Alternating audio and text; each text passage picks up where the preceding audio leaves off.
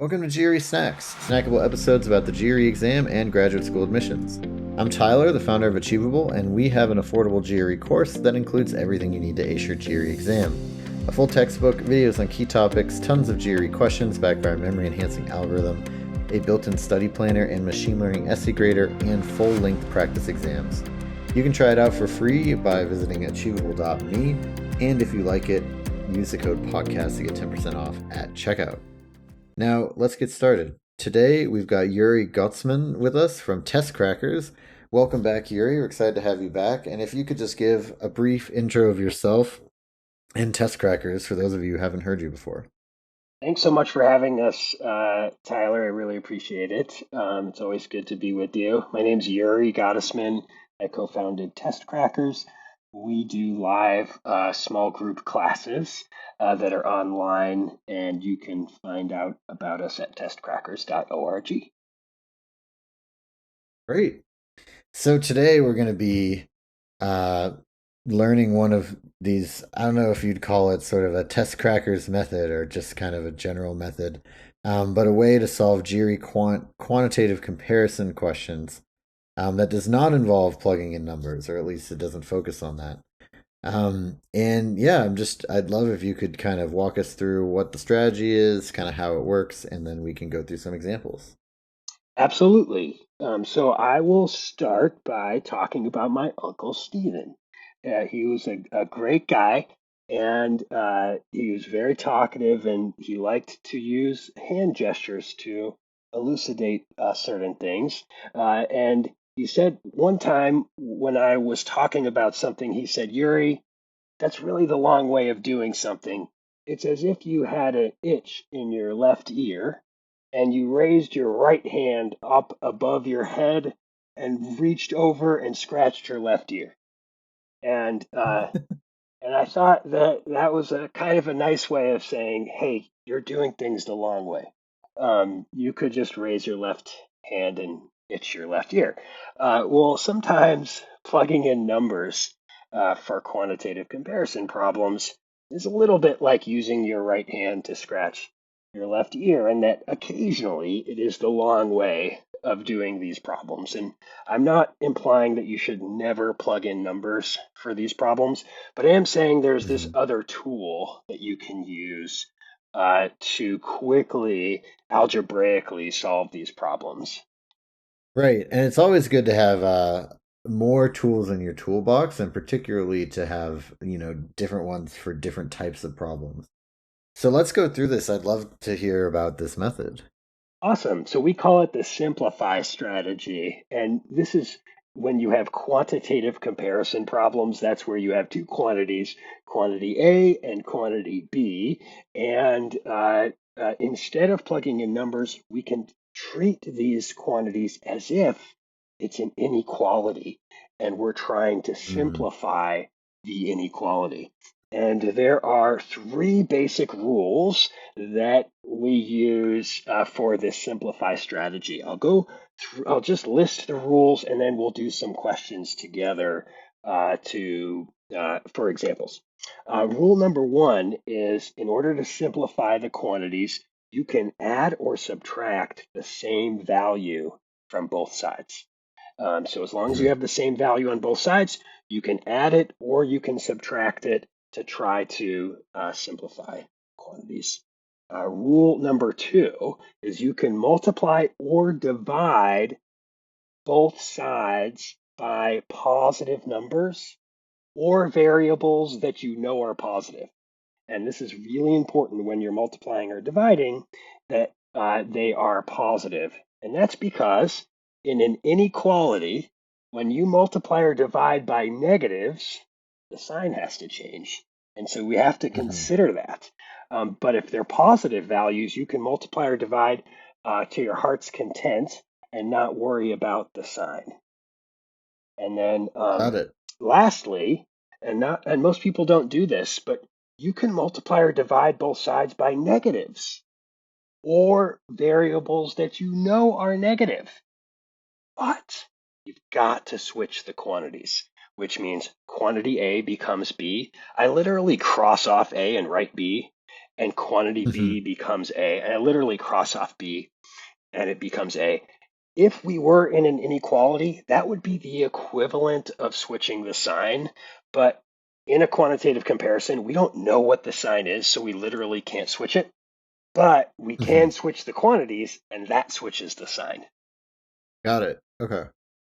Yeah, very interesting. Well, and so I guess for me, before we get into the examples, maybe it'd be helpful to just share when would you do this instead of plugging in numbers? Like where does this technique really shine? The short answer is always, but the longer answer is anytime you can simplify, you should. And generally, this is really good for problems with variables or problems with quantities in numeric quantities for quantity A and quantity B. So anytime there are numbers in the quantities or variables, you want to try simplifying. And I'll tell you Mhm. why. So with plugging in numbers, my students often miss answer choice D when they plug in numbers. And the Mhm. reason for that is if you plug in numbers for variables in a quantitative comparison, and then let's say that with those numbers, quantity A is greater than quantity B, then you try another set of numbers and quantity A is still greater than quantity B, then you look at the clock and you're like, oh, shoot, I better go on to the next question. It looks like A is going to win. Well, if you didn't choose the exact right numbers that showed that maybe B is greater than A or that the quantities are equal, you would miss an answer choice D there.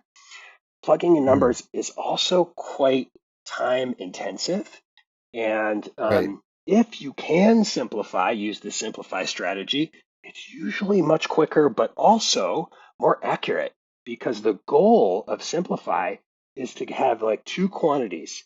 A is 20 and B is 2. And then you're looking at 20 versus 2 and you're like, I think 20 wins. That's the goal, Mhm. is to get it down to numbers that we can clearly see which one is greater. Yeah. Okay. Then that sounds good. I mean, I think thanks for explaining that because I think that a lot of people love to plug in numbers on these types of problems because it's a little bit of a safety blanket, right? Like everyone likes to get to a real answer and not just get to kind of an abstract answer. But that's exactly what quantitative comparison is. It's abstract. It's you won't be able to solve for X most almost all the time. Right. Yeah. Yeah. So, with those three rules in mind, I thought, dear listener, if you wouldn't mind writing down this quantitative comparison, and Tyler, we can go through it together, just so that we can talk about the rule number one, which is to add or subtract the same value from both sides. And here's an example problem. The condition above the quantities says x is greater than 0. Quantity A is this quantity, 2x minus CD. So quantity A Mhm. is 2x minus CD, and quantity B is 3x minus CD. And I'll repeat, quantity B is 3x minus CD. My question to you, Right, Tyler, and is, X is yeah, greater than 0. And just repeating that because that's like I like to kind of circle back to that at the end. absolutely. The condition is that x is greater than 0. The condition applies to both quantities. My question to you, Mhm. Tyler, is there something on both quantities that is of the same value that we can add or subtract? Yeah, so I mean, CD, we don't know what that is, but it's identical on both sides. It's just negative CD. So we could just add CD to both sides. Absolutely. You're right. We don't know the value of CD, but we also don't care because CD is the same on both sides. So if you add CD to both sides, what does quantity A now become? 2x, And what does quantity B become? 3x. Awesome. Now, I'm not saying that that's simple. but it is simpler than what we started with. And that's the idea, to simplify this. So quantity A is 2x, quantity B is 3x, and I want to briefly review rule number 2, which is to multiply or divide both sides by positive values or variables that you know are positive. What was the Mhm. condition again for this question? X is greater than 0. So quantity A is 2x and quantity B is 3x. Anything we could multiply or divide both sides by? Well, by X. Ah, and when you do that, you got to make sure that that value is positive. Do you know that that's positive? um, it says X is greater than 0, yeah. Exactly. So if we divide both sides by x, what's quantity A? The quantity A is 2 and quantity B is 3. Who wins? Obviously, it's quantity B is greater. That's awesome. That's the simplify strategy. And how Right, satisfying is that when you get down to like two numbers, and you can right. then tell which one is greater. Do you want to try a really tough one? Yeah, let's move on to the next one. Awesome. Okay, so this is from ETS, the company that makes the GRE, and this is from their official guide on page 338 in practice test 1, number 4. And I will read the question. There is a condition for this question. The condition is st, so the variable s times t, equals Hmm. the square root of 10. That's the condition. Okay. And then quantity A is s squared, and quantity B is 10 divided by t squared. Should I repeat that for our listeners? No, I think that all is good. So it's Okay. st equals root 10. Quantity A is s squared. Quantity B is 10 divided by t squared. Now, honestly, looking at this is I do not know where to start, even using your method, right? Let's see. Excellent. We could multiply both sides by t squared, so that quantity B is just 10. Is that the right direction? That's absolutely the right direction. Tyler, do you and I know each other very well? From these podcasts, maybe.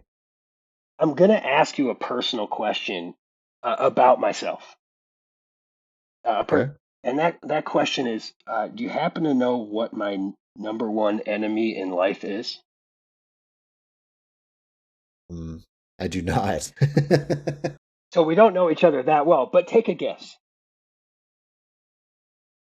Mm, I don't know. Uncle Steven? No, I love my Uncle Stephen. No, absolutely not. I asked this question in my class. I asked a question, you happen to know what my number one enemy in life is? And I have to say that I was looking a little scruffy at the time. It had been a few weeks since I shaved and I had kind of a beard. And one of my students said, a razor. And I thought that was kind of funny. But no, my number one enemy in life is not a razor. My number one enemy in life are denominators. Anytime I Mm, see a denominator, I have this urge to get rid of it. And right. question for you: what's your number one enemy in life? Um, Probably square roots and fractions, if we're Oh, talking math. I was hoping you would say denominators. Uh, Oh, okay. Yes, yes. If you see a denominator, you want to get rid of it. That's going to make our life easier. In fact, Tyler, that is what you did when you multiplied both sides of this quantitative comparison problem by t squared. But Hmm. when you're multiplying or dividing by a number, what do we have to make sure of?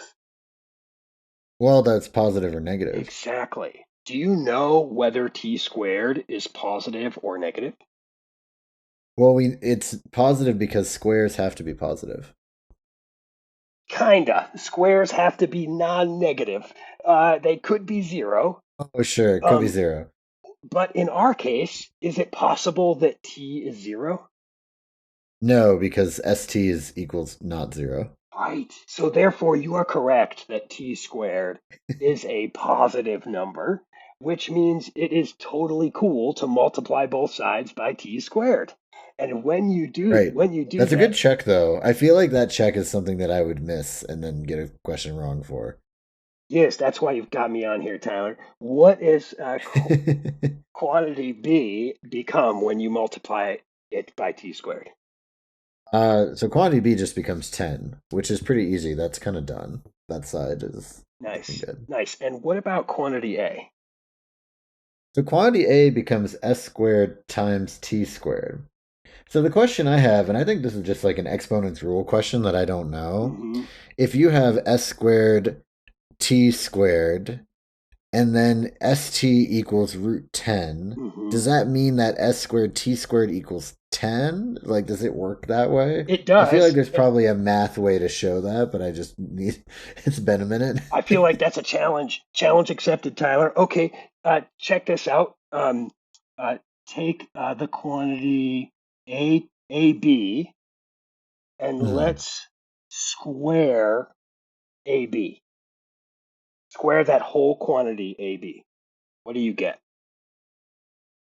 Um, is it just A squared B squared, or am Right? I underthinking it? No, you're correctly thinking it. Okay. Yes. It's not a quadratic. Good. Yeah, it's A squared B squared because AB all squared just means AB times AB.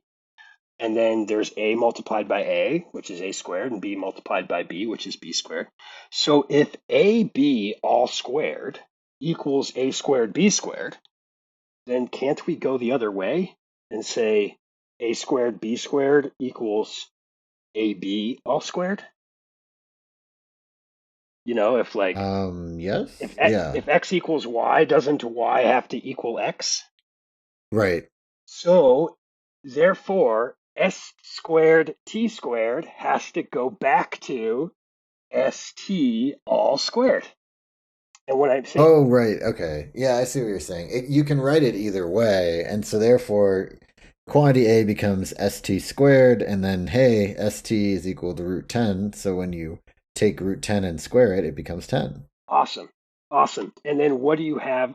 And when we say ST squared, what we really mean is ST all squared, ST in parentheses squared, right?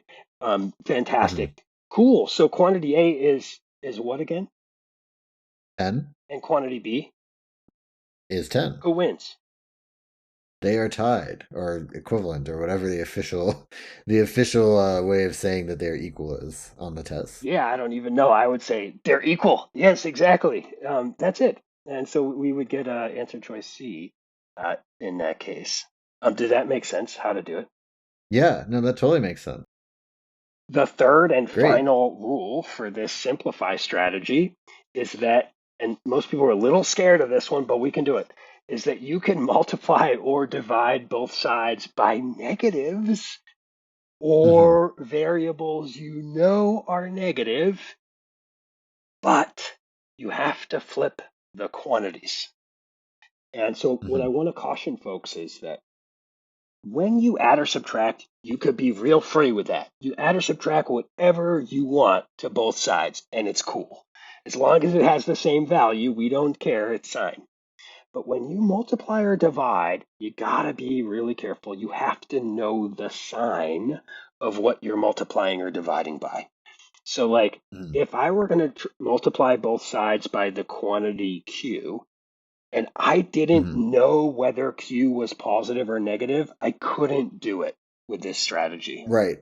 Um, Got it. Okay. so, anytime multiplying or dividing, you got to ask yourself the question, what's the sign? What's the sign? Hmm. It's like a bad pickup line in the bar. Like, what's your sign? Okay, you got to Right. ask that question. Um, Great. So then, yeah, let's do this next problem. All right, the next sample question is a condition, again, which is above the quantities. The condition says x is less than -3. X is less Hmm. than -3. That applies to both quantities. Quantity A is a fraction, -7 over x. And Hmm. quantity B is a different fraction, -6 over x. Okay, now Tyler, can you remind me what your number one enemy in life is? The Oh, denominators. yes, mine too. What a coincidence. Okay. I think this is how hatred is formed. Okay, okay, great. Great. So we have a common enemy of denominators. And how can we simplify this problem? Well, given that there's negative 7x and there's negative 7 divided by x and negative 6 divided by x for quantities a and b respectively, it makes sense to multiply either by x or you could multiply by negative x if you want to be tricky. And so which one of these would you recommend? Oh, either one is totally cool. I like getting. What gives the example better? Yeah, what like lays it out better? I'd like. I'd suggest multiplying both sides by x, just so that we can figure out, just so we can use this rule of multiplying or dividing by Yeah. a negative. But if you wanted to, it's a little bit tricky for some people. If you want to multiply both sides by negative x, that's cool. But negative x is actually a positive number, and people have a hard time seeing that in my experience, that negative x equals a positive. Um, so that's a little bit tricky, but if that's cool to you, that's awesome. However, um, multiplying both sides by x, we have to ask our question, what's x's sign? Mhm. Okay. Uh, it's negative because it's less than negative 3. When you multiply or divide by a negative, what must we do? Uh, you must switch quantities A and B. Yeah, and the So way tell that, me how this works, right? Because yeah, yeah, so walk me through this. This is the tricky one. what I do is where I've written the letter A for quantity A, I literally cross it out and write B on top of it. Mhm. And where I have written the letter B for quantity B, I cross that off and write A on top of it. So now what I'm going to do, instead of talking about the quantities, I'm going to talk about the left side, which is quantity B now, and the right Mhm. side, which is quantity A.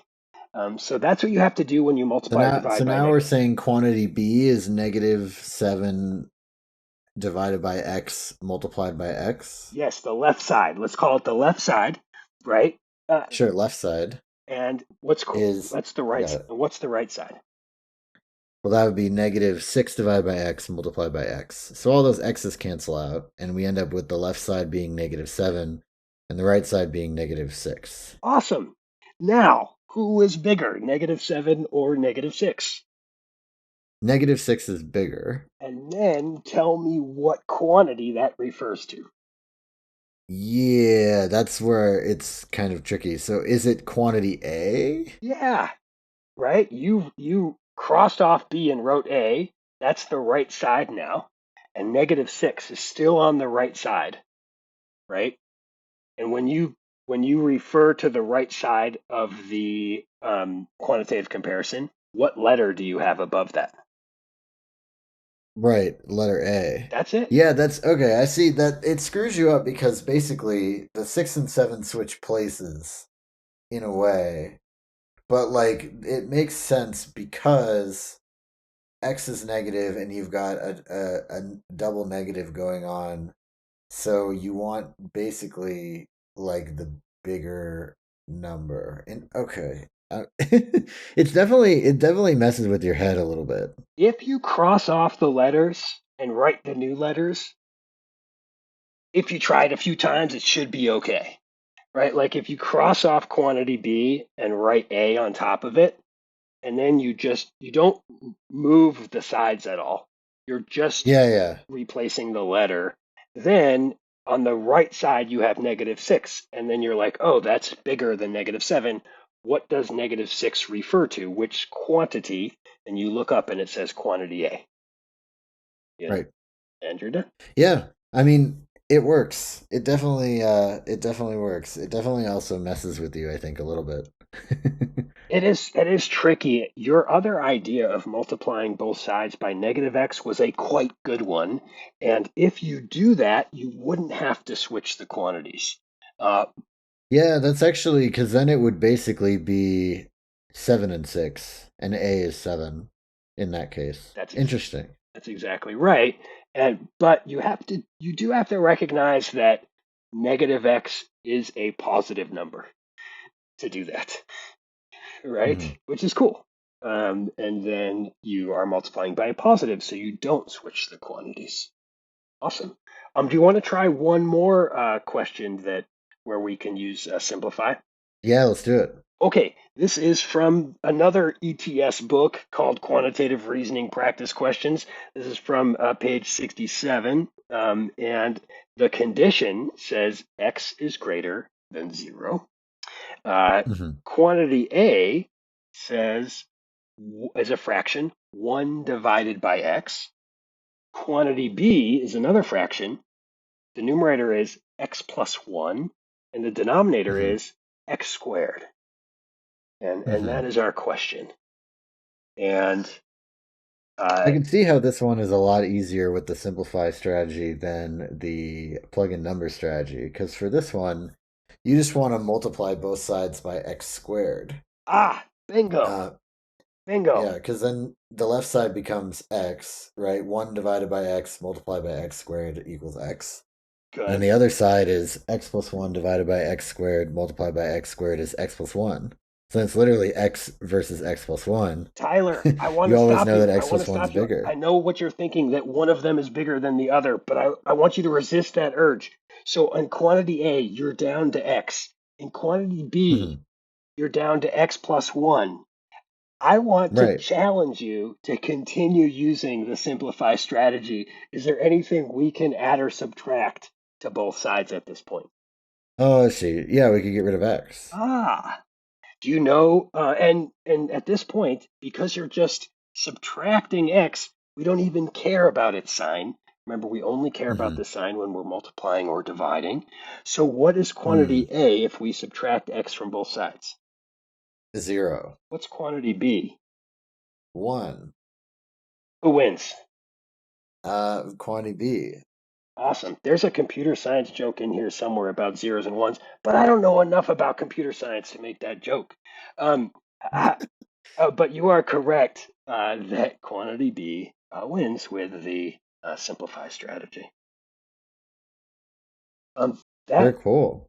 so those are the three rules that that we at TestCrackers have come up with uh, to explain the simplify strategy. And my Hmm. advice to students when they're looking at an algebra problem in a quantitative comparison question on the GRE is try to simplify it as much as you can. And if you get to a point where you can't simplify it further, then plug in at that point. Hmm. But first, try to simplify. Very cool. And yeah, I think the last thing is I just would love if like just sort of you walk through like in the simplify strategy just as a reminder, like what are the things that you're trying to get rid of kind of in order. Oh, excellent question. Okay, so simplifying is about making your life easier, and it's usually about getting rid of things. And the things that I look to get rid of are number one, denominators. Try to get Your rid of worst them. enemy. My worst enemy, if you can get rid of them, immediately try to zap your denominators. Number two, variables. The fewer the Hmm. variables you have, the better. If you have like x on both sides, subtract x. Try Hmm. to get rid of it. If you're trying to divide or multiply by a variable, remember you have to know its sign to do that. But try to get rid of your variables. Um, Absolute value signs. If and there's ways to get rid of absolute value signs, but you do want to get rid of those absolute value signs if you can.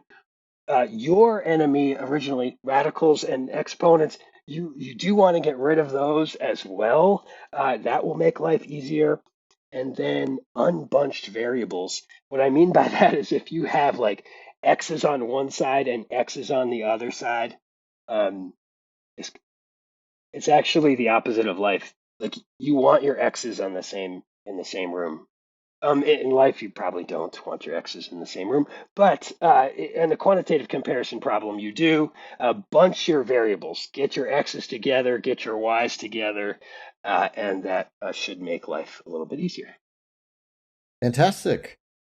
Thank you so much for sharing this with us. I really appreciate it, and it was really fun to do these exercises with you. I really appreciate your time, Tyler, and it's always really great to talk with you. Yeah. This has been GRE Snacks, hosted by Tyler from Achievable with Yuri Gottesman from TestCrackers. And Achievable has a great online GRE course you can try for free by going to achievable.me and use the code podcast to get 10% off if you like it.